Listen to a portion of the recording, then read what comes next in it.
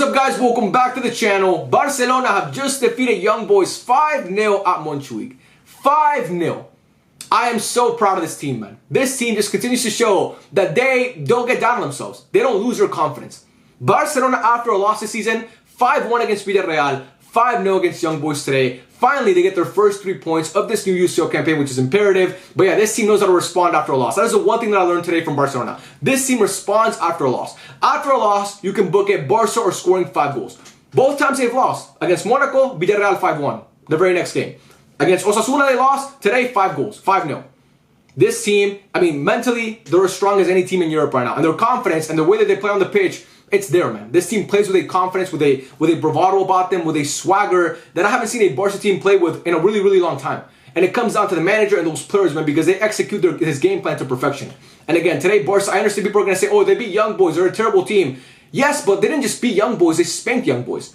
If Barca would have won 1-0, I would have been like, okay, you have a point. They won 5-0. When you're playing a bad team at home, you expect a result like this. Thoroughly dominated that team for 90 minutes, both attacking and defensively. Kept a clean sheet, scored 5 goals. You cannot ask for a more complete performance from a team than what we just saw from Barca today against Young Boys. So again, I'm super proud of this team, man, because again, they show that after a loss, this team they don't get down on themselves. No, they bounce back and they prove that, you know what, we're not a fluky team. It's not a team that, you know, we can beat teams every now and then. No, we're beating teams every single week. This team is one of the best teams in Europe. I can't say the best anymore because obviously we've lost a couple games now, but I still believe they're a top 3 team in Europe so far this season. I truly believe that with every fiber in my being. And again, they're proving us right. Every Barca fan who believes what I believe, they're proving us right now. And this game today, man, like I said, was just a thorough domination. The attack looks so good today, man. The attack looks so good. Raul Lewandowski looked fantastic. They scored a double. Rafinha looks so good. I mean, he's been one of the best players in the world this season. Not just one of the best wingers or number 10s. He's been one of the best players in the world this season. Rafinha. Ferran Torres was terrible today. I'm not going to lie. He wasn't great. He wasn't as bad as he was against Osasuna, but it's kind of impossible to be that bad. But again, today he was the worst player on the pitch by far. I don't know how he played the whole 90 minutes, man. I don't understand how Ferran Torres played the whole 90 minutes. Ferran Torres has managed to play 180 minutes in the last 2 games. 180 minutes. He has not been subbed off in the last 2 games. That to me is perplexing, man. Again, Malaysia flight gone missing, and how Ferran Torres now managed to play 180 minutes. It's the biggest mysteries in the world. I don't know what Hansi Flick sees in this guy, but whatever he sees, man, I hope someone sees in me what Hansi Flick sees in Ferran Torres. Because, oh my God, man.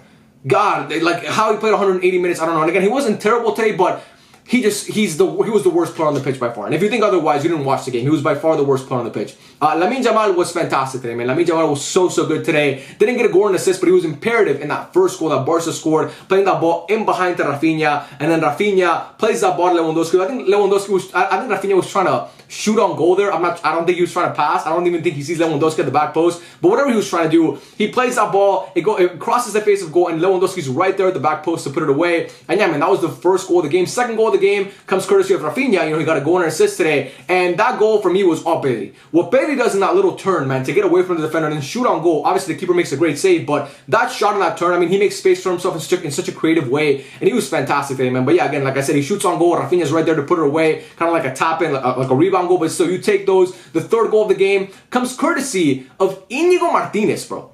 Iñigo Martinez. I think it was a ball from Pedri, if I'm not mistaken. It wasn't a corner. It was a free kick from a dangerous area. He sends in the corner, and then Iñigo with a great header. I mean, he tucks it beautifully into the bottom right-hand corner, and that finish, you cannot ask for a better finish from a header like that. That was a great finish from Iñigo Martinez and a great goal. The way he positions himself and gets in front of the defender to put that ball in the back of the net was fantastic to watch. And yeah, Iñigo today, man, he was also part of the 4th goal. Let's go through all the goals already. He was part of the 4th goal as well. He plays that ball to Lewandowski. He's the one that plays that part. Leo, he had a goal and an assist today. Our center back had a goal and an assist.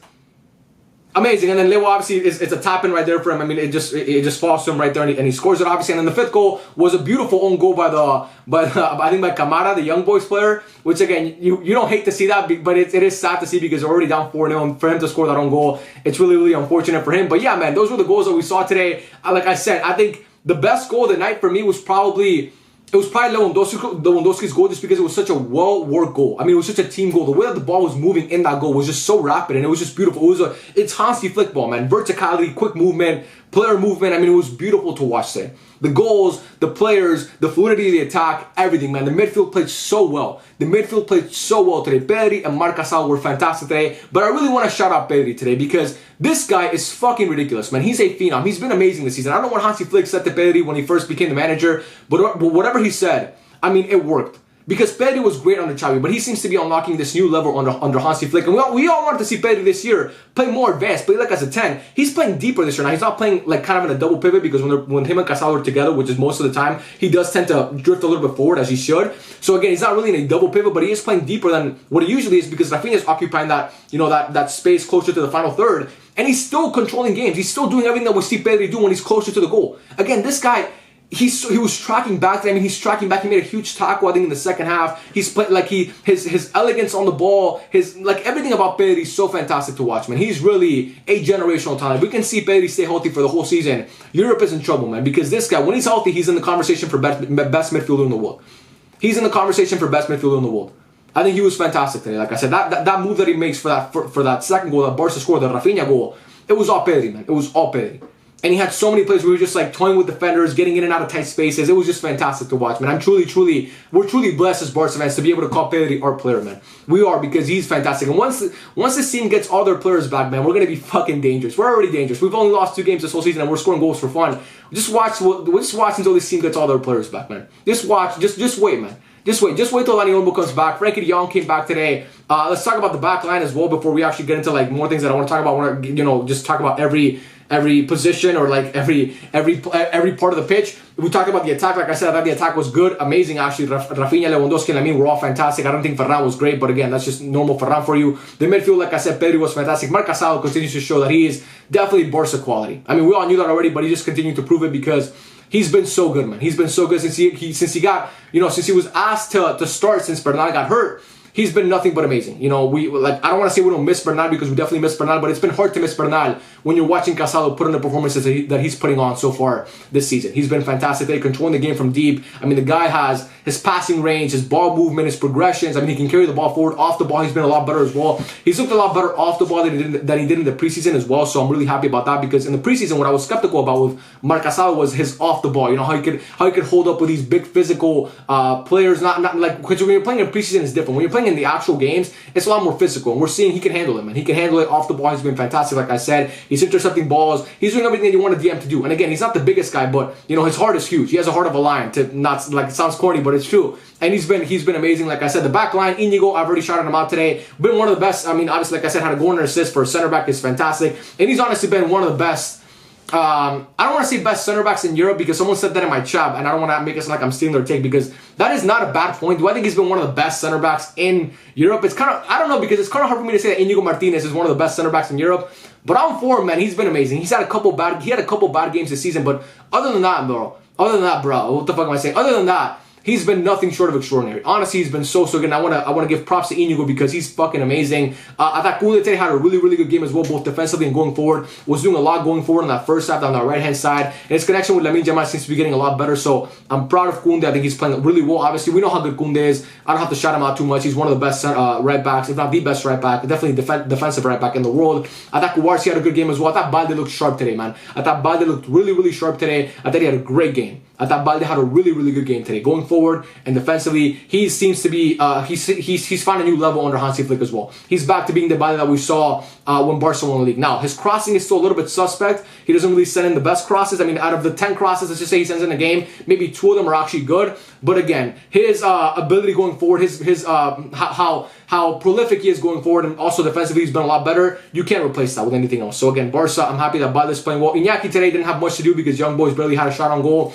but I thought he played fairly well. I think the whole Barca team, like I said, apart from Ferran, played well. I'm happy to see that Ansu Fati got some playing time as well because obviously we haven't seen Ansu Fati get significant playing time in a long time. He obviously came in against Monaco, but the games after that, Villarreal, Getafe, and Osasuna, he wasn't featured. He played against Monaco, but after that he wasn't featured at all, a single minute. And I'm happy that Hansi Flick gave him the game today.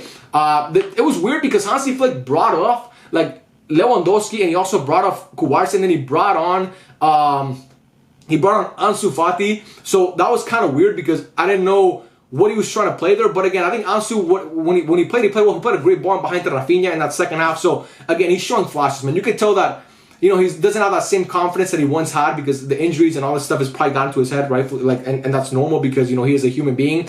But I'm happy to see Ansu back, man. I'm happy to see that the fans at Montreal got to applaud him because this guy still has. I still believe in Ansu. Honestly, do still believe in Ansu. I know that I said that I think Barca should sell him in the summer, and maybe people think that I'm not rooting for him. I am rooting for him. So I just thought that he was I just thought it was too many injuries at this point. But again, when he's on the pitch, I'm always rooting for Ansu because he is a Barca player. And, you know, this is a guy who I want nothing but the best, and I want to see him succeed at Barcelona. So I'm happy that Ansu came on. I'm happy that Frenkie de Jong came on as well, man. Frenkie de Jong makes his first appearance for Barcelona since that Clásico back in April. Or March, was it? I don't know when it was, but it was a long time ago, 5 months back. And to see that, that's a huge, huge, huge sign of encouragement for us Barca fans, man. Because again, this team has played fantastic this season so far, okay? We've been one of the best, if not the best team in Europe, in my opinion, like I've said multiple times.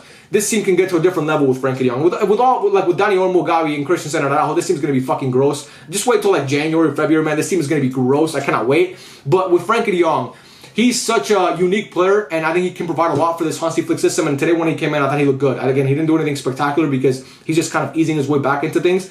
But I thought Frenkie de Jong was really good today. I'm happy to see that he came back. I'm happy to see that Hansi Flick put him back in the game.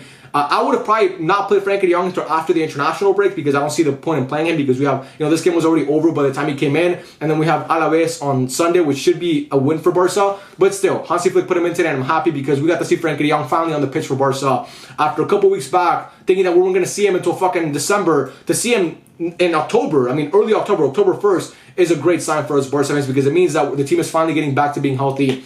And yeah, man, I'm really happy with the game today, man. I'm really happy with the game today. I'm happy with the way that Lamine Yamal played. I'm happy with the way that Leo has been playing this season. Rafinha has been fantastic. Like I said, Pedri, probably man of the match today. I mean, he was just great. Leo or Pedri were probably man of the match today because Leo obviously scored the 2 goals. Even Iñigo, you could argue, was man of the match today. But again, those guys were fantastic. But I would actually give it to Pedri because I thought he was so good. Casado continues to prove that he is Barca quality and he's meant for these moments. And like I said, the back line just played fantastic today, man. It was a great win today. It was a great win for Barca today. I'm super happy with the performance. And it's time to, you know, Barca fans, we don't have to have this imposter syndrome anymore, man. This is Barcelona. Don't let any rival fan tell you that Barca is a fluke and all these wins are fluky and Barca are going to collide. They're going to go back to being the same old Barca that we've been for the past couple seasons. This team is different, man. I promise you it is. And you can see it on the pitch. This team has a different, like I said, it's different. There's something different in the air with this Barca team. And the way that they're playing, man, it's beautiful to watch. I'm so happy with the performances. I've been so happy with the performances throughout this whole year. And apart from one fluky game against Monaco, where when one of our players got sent off, 8 minutes into the game, in one game where Hansi Flick decided to rotate with the whole team, we've looked basically flawless.